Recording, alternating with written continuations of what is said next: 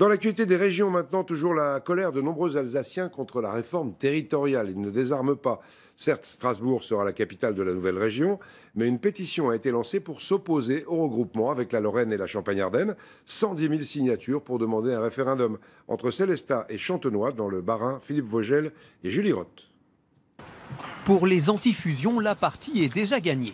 Dans ces bacs, près de 110 000 signatures d'électeurs alsaciens pour demander un référendum sur une nouvelle organisation territoriale de la région.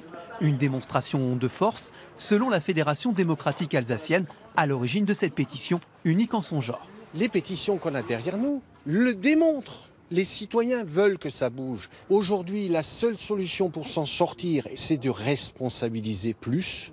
Et responsabiliser plus, ça veut dire proximité avec le citoyen.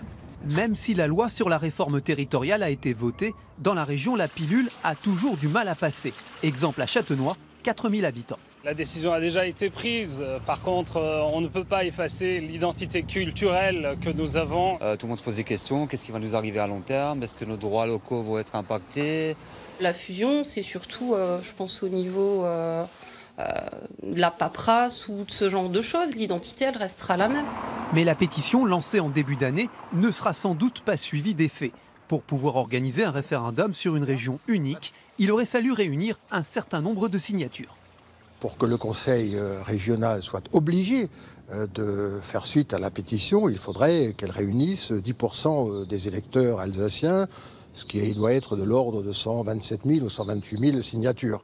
En outre, un éventuel référendum aurait dû être organisé au moins 6 mois avant les élections régionales de décembre. Il est donc trop tard. Mais les antifusions ne désarment pas et comptent désormais faire appel au Conseil de l'Europe.